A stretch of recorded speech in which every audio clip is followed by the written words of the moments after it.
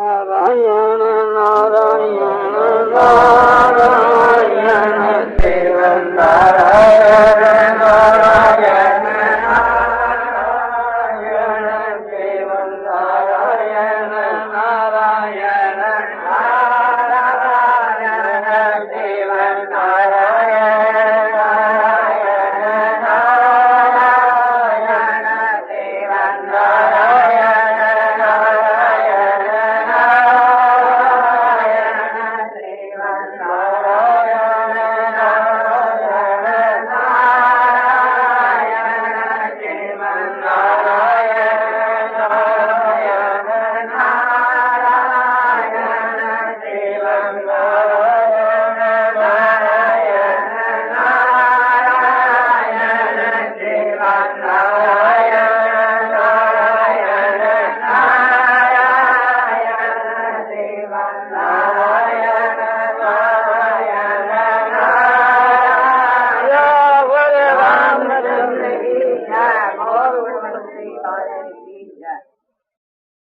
यशे सर्वे समारंभा काम संगलभ वर्जिता ज्ञानाग्नि जगत कर्माणं तमाहु पंडितं बुधा। यशे सर्वे समारंभा, जिसके सब आरंभ कामना और संकल्प से रहित है, और ज्ञानाग्नि से जिनके सारे पाप दग्ध हो गए, ऐसे ज्ञानी को पंडित लोग भी ज्ञानी मानते हैं। तो इस बात को ध्यान में रख करके हमारी सारी चेष्टा ऐसी होनी चाहिए, ये से सर्वे समारंभ, जिसके सारे कर्म सम्यक प्रकार से होते हैं, कामना और संकल्प से रहित सारे कर्म उसके होते रहते हैं। क्योंकि और ज्ञानाग्नि करके जिनके सारे पाप दग्ध हो गए, ऐसे महापुरुष को ज्ञानी जन भी पंडित कहते, यानी पंडित भी उसको ज्ञानी कहते। तो अपने सारे कर्म वैसे ही होने चाहिए, कामना और संकल्प से रहित। अमुक काम अमुक तारीख में अवश्य करना है, यह तो संकल्प है, और उसके संकल्प के अनुसार करने की जो इच्छा होती है वो कामना है। तो ज्ञानी जो महात्मा पुरुष होते हैं, उनके लिए कोई भी काम अवश्य करना है ऐसी बात नहीं। वे तो सब कर चुके, कुछ करना है ही नहीं। जो कुछ हो रहा है और वो साक्षी दृष्टा होकर के देख रहा है, दृष्टा साक्षी होकर देख रहा है, ये भी एक प्रकार समझाने के लिए। उनकी तो गति निराली है। तो ये आपको बताया, एक तो आपको ये साधन बताया कि भगवान की शरण होना चाहिए। दूसरा ये साधन बताया कि भगवान में, ईश्वर में, महात्माओं में, शास्त्रों में, परलोक में श्रद्धा होनी चाहिए, श्रद्धा से ही मुक्ति हो जाती। तीसरा बताया कि प्रेम होना चाहिए भगवान के वहन से, केवल प्रेम से कल्याण हो जाता है। और भी साथ में हो तो अच्छी बात है, केवल प्रेम से कल्याण हो जाता है। और एक जो कि आपको भगवान की शरण का साधन बताया, भगवान की शरणागति। अब एक साधन आपको और बताया जाता है, वो सत्पुरुषों का संग। सत्पुरुषों के संग से भी सब काम की सिद्धि अपने आप ही हो जाती है। वो होना चाहिए एक प्रकार से थी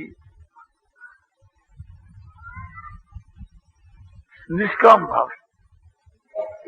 सब निष्काम भाव से सब उस वही दामी है, उससे कल्याण होता है, कामना में लेकर के नहीं।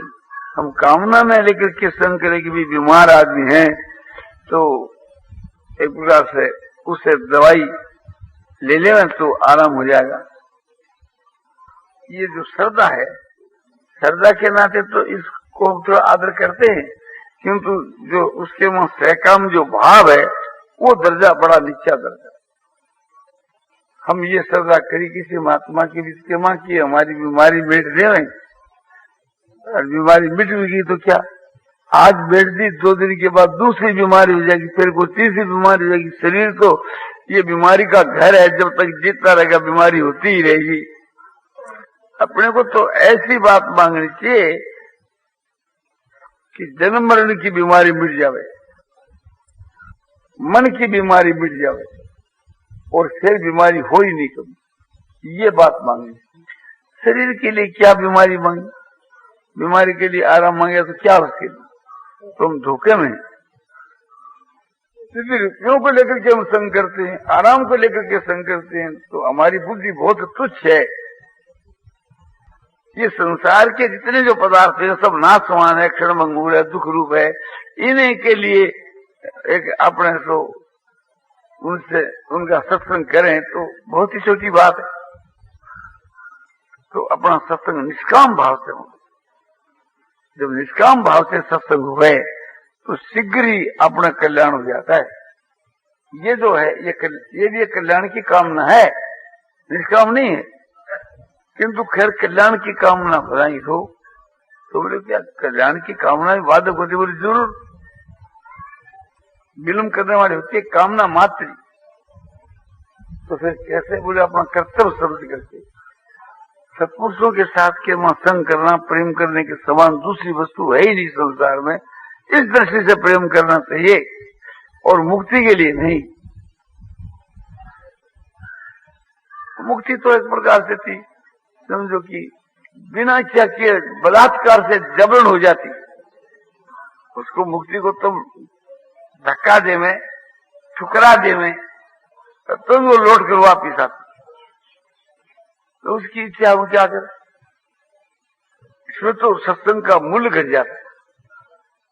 इसी बात को रख करके तुलसीदास जी कहते हैं कि तात स्वर्ग अपवर्ग सुख धैर्य तुला एक अंग। तात स्वर्ग अपवर्ग सुख धैर्य तुला एक अंग। तुले न ताही सकल मिली जो सुख लव सत्संग सियावर रामचंद्र की जय। सीता एक पलड़े में स्वर्ग का जो सुख है और मुक्ति का जो सुख है वो रखी, और दूसरे पलड़े के वहां एक पल का सत्संग का जो सुख रखी, तो उस एक क्षण के सत्संग के समान वो दोनों मिलकर के भी नहीं होते। इसलिए सत्संग जो तो निष्काम भाव से करना चाहिए, कामना नहीं लेकर के। बोले मुक्ति की कामना लेकर करे तो क्या है? थोड़ी बार के वास्ते मान लो आप किसी एक महात्मा का संग करते ही मुक्ति के लिए, क्योंकि इनके संग से हमारा कल्याण हो जाएगा, और फिर किसी कारण से थी आपके ये बात जैसे गई, क्योंकि मुक्ति जो है वो तो अपने साधन से ही होगी, इनके संग से हमारी मुक्ति हो जाए ये तो संभव नहीं। क्योंकि अच्छे जो पुरुष है वो तो कहते भी हमारी ये सामर्थ्य नहीं कि हम किसी की मुक्ति कर दें, तो ये कहते ही हैं, तो इनके संग से मुक्ति की तो कोई संभावना नहीं। तो पहले जो हमारा ये जो लोभ था इनके संग से हमारी मुक्ति हो जाएगी, उस समय में जो हमारी सरदार प्रेम था वो जब ये हमारी आशा उठ जाएगी कि इनके संग से मुक्ति संभव नहीं, तो वो सरदार वो प्रेम हमारा नहीं रहे, तो हमारा नुकसान हो गया ना। और वो सरदार वो प्रेम हमारा यदि कायम रहे तो कब रहे कि वो मुक्ति जो है, मुक्ति और मुक्ति ये दोनों एक प्रकार से जो इच्छा है सो है कि पिशाच नहीं है, इनकी दोनों की इच्छा नहीं करनी चाहिए। महात्मा लोग जो प्रेम करते हैं, वास्तव में जो महात्मा वे जो प्रेम करते हैं तो वे क्या मुक्ति के लिए करते हैं कि भोगों के लिए? बोले नहीं, तो भोगों के लिए करते हैं न मुक्ति के लिए करते, तो उनका भी तो कोई लक्ष्य है ना। तो ऐसा ही लक्ष्य हम रखें, क्यों महात्माओं का लक्ष्य तो ऊंचा ही होता है। बोले उनका जो प्रेम तो निष्काम ही है, तो जब निष्काम का दर्जा ऊंचा है, निष्काम उनका प्रेम है, तो हम निष्काम ही करें। तो मुक्ति की इच्छा नहीं रखने पर भी बलात्कार से मुक्ति हो जाती है। ये जो एक प्रकार की मान्यता है वो भी सूक्ष्म मुक्ति की कामना है। कि हम मुक्ति की इच्छा नहीं भी रखेंगे तो हमारी मुक्ति तो निश्चय हो ही जाएगी, वो तो रिजर्व है, चाहे हम कामना न करें। जो होने वाली बात तो होगी, भोजन करने से क्षुधा की निवृत्ति होगी, जल पीने से पिपासा की निवृत्ति होगी, ऐसे सत्संग करने से मुक्ति होगी, वो तो होगी, हम इच्छा करें चाहे न करें। बोले ये जो धारणा है, ये जो मानता है, ये इसके पेट में भी इच्छा है। तो बोलो महात्मा पुरुष जिस प्रकार से जिस उद्देश्य करते हैं, उस उद्देश्य से हमको सब प्रेम करना चाहिए। महात्मा लोगों का लक्षण, भगवान के भक्तों का लक्षण देखो, अद्वेष्टा सर्वभूतानां मैत्री करुणे से, वे सारे भूतों में द्वेष भाव से रहित होते हैं और सब में ममता रहित, अहंकार रहित प्रेम करते हैं, सब पर दया करते हैं और क्षमावान होते हैं, सुख दुख में सम होते हैं। तो ये जिनके विशेषण बताए, वहां तो समझो कि स्वार्थ की तो गंदी नहीं है और दया प्रेम है। तो जिस प्रकार से तीव्र दया और प्रेम करते हैं, इस प्रकार से हम भी करते हैं, कर सकते, हमको भी करना चाहिए। अब भगवान की तरफ ख्याल करो, भगवान सबके सूर्य है ना। सूर्य का मतलब क्या कि बिना कारण दया करना और प्रेम करना। तो ये बात भगवान में देखने में आती है, बोले आती है। तो भगवान का जो लक्ष्य है वो ऊंचा कि हमारा, बोले भगवान का, तो फिर भगवान के लक्ष्य के अनुसार ही हमको भाव अपना बनाना चाहिए, अपना कर्तव्य समझ करके सब करना चाहिए और कोई कामना को लेकर के नहीं, मुक्ति की भी कामना को लेकर के नहीं, तो ये उच्च कोटि का दर्जा है। इस प्रकार से हमको प्रेम करना चाहिए। सत्संग हमको निष्काम भाव से सत्संग करनी चाहिए। यदि निष्काम भाव से हम सत्संग करें तो परमात्मा की प्राप्ति तो बलात्कार से आएगी, न चाहने पर उसका ठुकराने पर भी एक प्रकार से मुक्ति होगी। तो हमारे को इच्छा नहीं करें। और परमात्मा की प्राप्ति के उपाय और बहुत से उपाय है। गीता का जो स्वाध्याय है,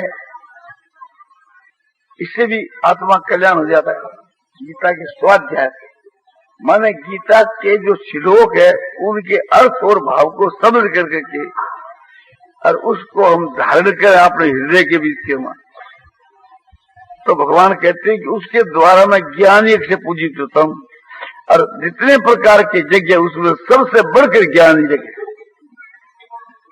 तो फिर क्या, तो भगवान खुद कहते हैं गीता की सारी जाके 17 के श्लोक में, जो इस गीता शास्त्र का अध्ययन करता है उसके द्वारा मैं ज्ञान एक से पूजित होता हूं। वो ज्ञान यज्ञ तो कर रहा है। तो स्वाध्याय बहुत उच्च कोटि की चीज है। स्वाध्याय से भी हमारी मुक्ति हो जाएगी। ऐसी कामना में करके अपना कर्तव्य समझ करके स्वाध्याय करना। गीता के जो श्लोक और भाव है, इनमें हमारा समय बीते तो कितनी हमारे लिए गौरव की बात है और हमारे लिए कितनी समझो की उत्तम बात है। इससे बढ़कर है क्या और करेंगे क्या? क्या दिन के बीच के वहां बैठे पत्थर फोड़ेंगे या किसी की निंदा करेंगे? ये तो सबसे बढ़कर उस कोटि का भाव है कि हमारा समय समझो कि स्वाध्याय के वहां जाना, और वो हमारा स्वाध्याय समझो कि भगवत अर्थ हुए, भगवत प्राप्ति अर्थ हुए, और भी उत्तम है। और वो हमारा स्वाध्याय माने निष्काम भाव से हुए तो वो भी उत्तम। कोई भी कामना नहीं करे, मुक्ति की भी कामना नहीं करे, परमात्मा की प्राप्ति भी की भी कामना नहीं करे। तो इस प्रकार का जो निष्काम भाव होता है, वहां भगवान बिना बुलावे आते, भगवान को बुलाना नहीं पड़ता। भगवान प्रेमी ठहरे ना। जहाँ अधिक प्रेम होता है वो ज्यादा व्याकुल होता है, वो ज्यादा समय तक बिना मिले रह नहीं सकता। और जिसका थोड़ा प्रेम होता है वो तो एक प्रकार से न मिलने पर भी कोई बात नहीं है, क्योंकि थोड़ा प्रेम है। और अधिक प्रेम होता है वो तो व्याकुल हो जाता है प्रेम के लिए, वो बिना मिले रह नहीं सकता। तो फिर हम बुलावे क्यों? जो आदमी इस रहस्य को समझता है कि भगवान को बाध्य होकर के आना पड़ता है, जहाँ प्रेम होता है। तो हमारे में जब प्रेम नहीं है तो भगवान बुलाने पर भी नहीं आएंगे, और जब हमारे में प्रेम हो जाएगा तो भगवान बिना बुलावे आएंगे। तो बुलाना तो व्यर्थ ही है। तो ये सोच करके हम कड़ा होकर के रहें और ये धारणा हृदय में रख करके रहें कि एक प्रकार से उसको अवश्य आना पड़ेगा, उसको निश्चय आना पड़ेगा। कोई जरूरत नहीं अपने को बुलाने की। वो जब एक प्रकार से उचित समय जब उससे नहीं रहा जा तब आप, और जब तक रहा जा सके रहे अपने को क्या, वो भी रहता है तो हम भी रहेंगे। तो ये एकदम निष्काम प्रेम भाव, ये भाव था प्रहलाद। प्रहलाद ने कभी अपने दर्शन के लिए पुकारा नहीं, बुलाया नहीं, पर हमको क्या जरूरत बुलाने की। उसकी मर्जी होता हो न मर्जी हो तो न,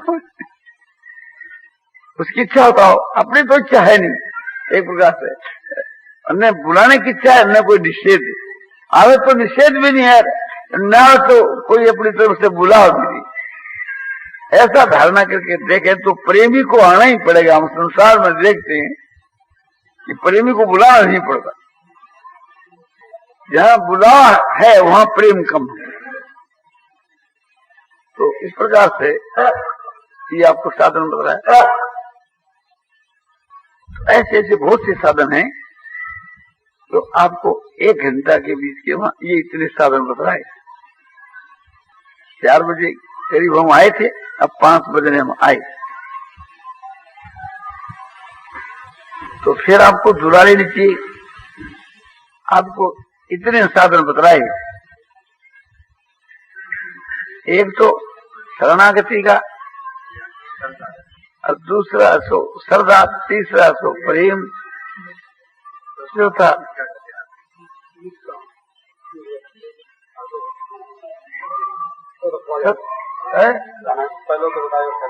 शरणागति और स्वाध्याय। निष्काम तो सबके साथ, निष्काम तो सबके साथ नहीं है। वो तो निष्काम तो भाव है। निष्काम भाव से सत्संग करना चाहिए, निष्काम भाव से स्वाध्याय करना चाहिए, और निष्काम भाव से भगवान में प्रेम करना चाहिए, और निष्काम श्रद्धा हमारी होनी चाहिए, और निष्काम भाव से भगवान की शरण होनी। ये खास 5 उपाय निष्काम भाव से होनी चाहिए। 5 है ना, देखो मैं बताऊं, शरणागति और श्रद्धा और प्रेम और सत्संग और स्वाध्याय। इसका ये कहना है कि कुछ और कहो। जो सबसे बढ़कर के साधन है और सब साधनों का फल है वो है परमात्मा का ध्यान। हर वक्त परमात्मा के स्वरूप का ध्यान रखना चाहिए हमारे को। और चाहे कुछ भी न हो, चाहे जब भी मत हो, चाहे सत्संग भी मत हो, और चाहे कुछ भी मत हो, परमात्मा का ध्यान रहना चाहिए। तो परमात्मा का जो ध्यान है उसके वहां प्रसन्नता, शांति, आनंद प्रत्यक्ष है। किंतु प्रत्यक्ष जो शांति, प्रसन्नता, आनंद, उसके लिए हमको ध्यान नहीं करना। और ध्यान का फल क्या है कि परमात्मा की प्राप्ति। तो परमात्मा की प्राप्ति के लिए भी हमको ध्यान नहीं करना। तो बस ध्यान से बढ़कर और कुछ भी नहीं, इसलिए ध्यान कर। कोई कामना को लेकर के ध्यान नहीं करना है। मुक्ति की भी कामना आप लोगों को नहीं रखनी।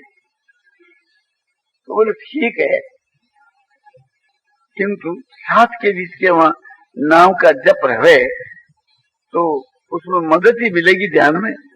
तो बोले उसमें कोई हमारा आपत्ति क्या कि जब भी करें ध्यान भी करें, साथ के वहां जब उस ध्यान में सहायक है, इसलिए हमारे जप करने में कोई विरोध नहीं। तो जब करते हैं ध्यान के लिए, जब से ध्यान के वहां मदद मिलती है। और बोले ध्यान सत्संग से भी ध्यान जमता है। बोले सत्संग से यदि ध्यान जमता है तो सत्संग भी साथ में रहे, हमारा कोई सत्संग से विरोध नहीं है। किंतु हमारा तो मतलब है कि ध्यान हमारा तो लेना चाहिए, और ध्यान के बीच के में जो मदद कारक है उसका आदर करते हो। उसके लिए कोई आपत्ति की बात नहीं, कोई निषेध नहीं। किंतु हमारा लक्ष्य ये है कि केवल हमारा ध्यान होना चाहिए, और वो ध्यान एकदम निष्काम भाव से होना चाहिए। और वो ध्यान हमारा अटल होना चाहिए, निरंतर होना चाहिए, निष्काम भाव से होना चाहिए, अटल होना चाहिए। तो केवल ध्यान से भी आत्मा का कल्याण हो जाता है। ध्यान आत्मनि पश्यन्ति केचित् आत्मानं आत्मना।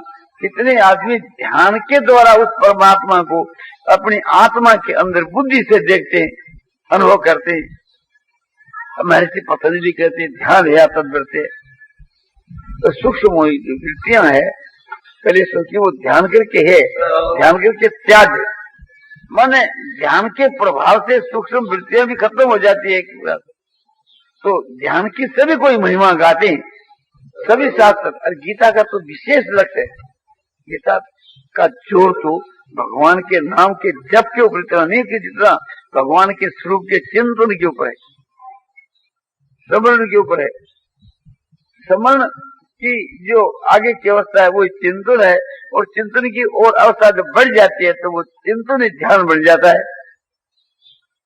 भगवान के स्वरूप की जो यादगिरी है उसका नाम समरण है। और उसका जो एक प्रकार से मन से थी स्वरूप पकड़ा रहता है, उसकी आकृति भूलते नहीं है, वो होता है चिंतन। और वो ऐसा हो जाता है कि अपने आप का बार का और का ज्ञान ही नहीं रहे। एक तांता ध्यानम, एक तार समझो कि उससे का ध्यान निरंतर बना रहे, वो ऐसा ध्यान का स्वरूप है। तो परमात्मा का जो ध्यान है वो तो बहुत ही उत्तम है। तो परमात्मा की प्राप्ति तो ध्यान से शास्त्र में बतलाई है, किंतु अपने को तो परमात्मा का ध्यान इसलिए करना है कि ध्यान से बढ़कर कुछ भी नहीं। जितने जो साधन है वो ध्यान के लिए है, और ध्यान है तो परमात्मा के लिए है। किंतु हम एक प्रकार से ध्यान तो करें और परमात्मा को नहीं बुलावें तो परमात्मा समझो कि अपने आप ही वहां आते हैं। तीक्ष्ण जो है जो भगवान से मिलने के लिए जा रहा है तो उसका ध्यान अपने आप ही हो गया।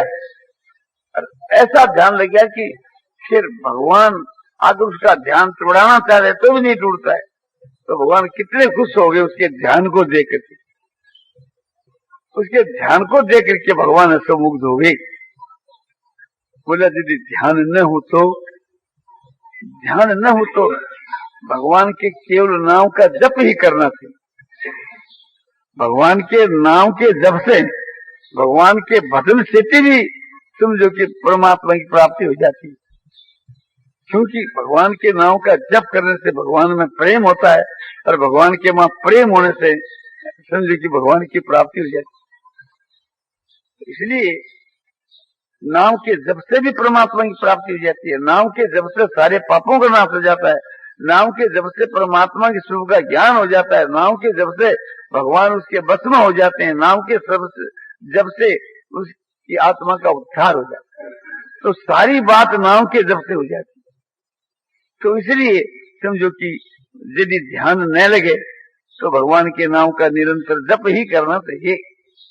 सुमरिए नाम है रूप बीनु देखे, सुमरिए नाम रूप बीनु देखे, होत हृदय स्नेह विषेखे, होत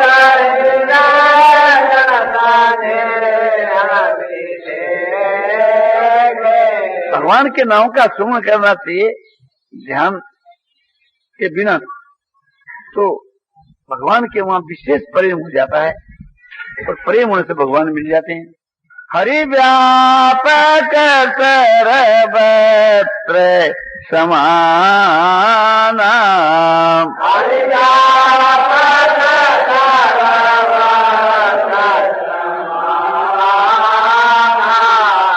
प्रेम ते प्रगट हो ही मैं जाना,